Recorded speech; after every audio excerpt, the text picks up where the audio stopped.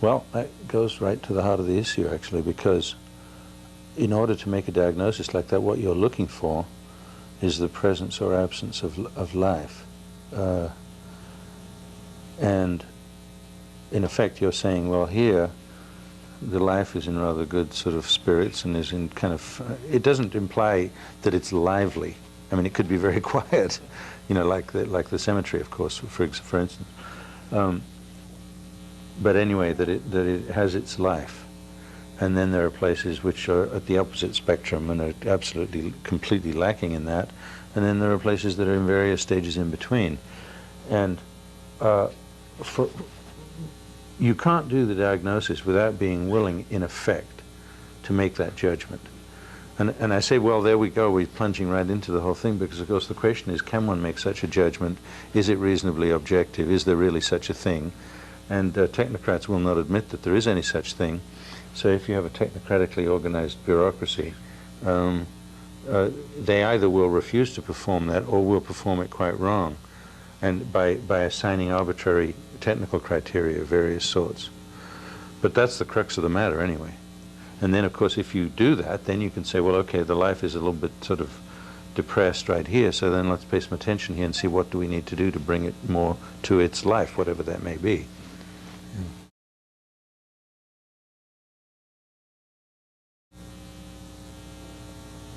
It wasn't esoteric at all. I mean, it wasn't as a, well, you have to have some sort of high priest of how much life is there around in order to perform this thing. It was, actually, what we found was, and the techniques that we developed and sort of left behind, you know, as part of the package, were very straightforward, ordinary things that lay people observe and feel.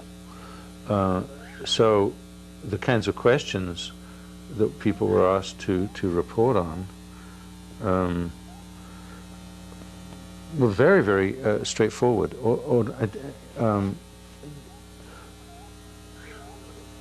Do you prefer to be here or here? Is it, are you happy and comfortable when you pass through this particular spot, or less so? Do you feel anything wrong? Do you think it's wonderful? Do you think it's the opposite of wonderful? And you know, and people were asked to make comments about those kinds of things. And so in the early diagnoses, we simply asked various people on this very common sense level to put their impressions about the different parts of a particular section of the environment that was being checked. And the only operative thing that was sort of necessary is people had to be willing to record their feelings. I mean, in other words, it wasn't, the moment you get off into, I mean, so much of rule-bound society, in effect, makes it not okay to do that. Of course, people have feelings, but the question is it all right to use it in something that is being touted as objective or public or communal? And the general rule of thumb has been, no, it's not okay to do that. And so that was, but actually people were very, very happy to do it. I mean, it never presented any problems. It's only that it became a problem at the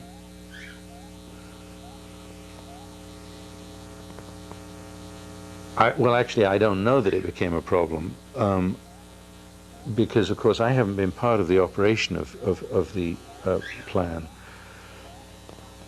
But I mean, I can give an example of something that happened here in Berkeley, which is quite similar, really. A building, an apartment building, was going to be built at an intersection called Rose and Shattuck. And it was sort of, you know, a normal part of North Berkeley, commercial area. Somebody wanted to take down a gas station and put an apartment building there. There were lots and lots of hearings. And, I mean, where a couple of hundred people from the neighborhood came and really were quite strong in their statements that they didn't want this building as it was being proposed by the developer. It was very fascinating because at these hearings, this is in the Board of Adjustments, which is the name of our zoning board here,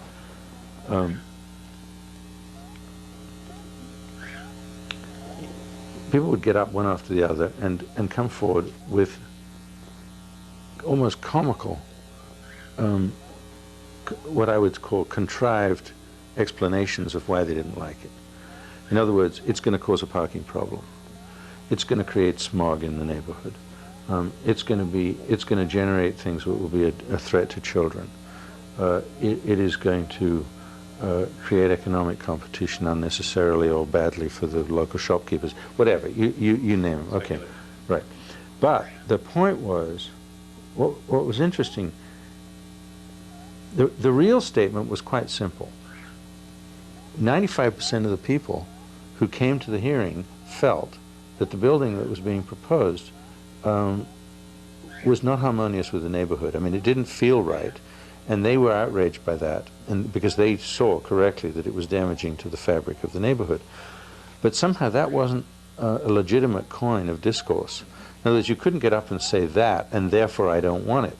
If you get up and say, it's going to create a traffic problem, somehow that sounds more objective, or it sounds more tough or more technocratic or something, so therefore it was sort of, people would feel more comfortable to get up and go to the microphone and make that statement because they thought it would have more impact.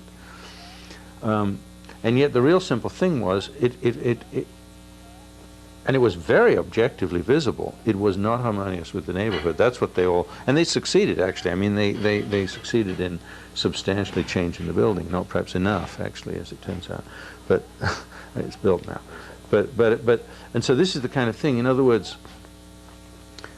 I think that, well, for instance, I mean, the people that I know now in the planning section of the university, I would think would be extremely reluctant to give straightforward account of the feelings that occur in this place or that place or that place, and also probably reluctant to allow that to become part of any, what should we call it, sort of like a legitimate and even legal document.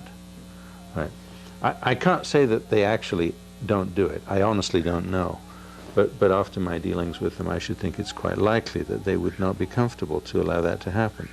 And they would tend to twist it into bureaucratized forms, such as the handicapped access is not good here, and so forth, which are things that can be quantified very easily, appear therefore to have some legitimacy, but are actually nowhere near as telling as these larger and more global feelings.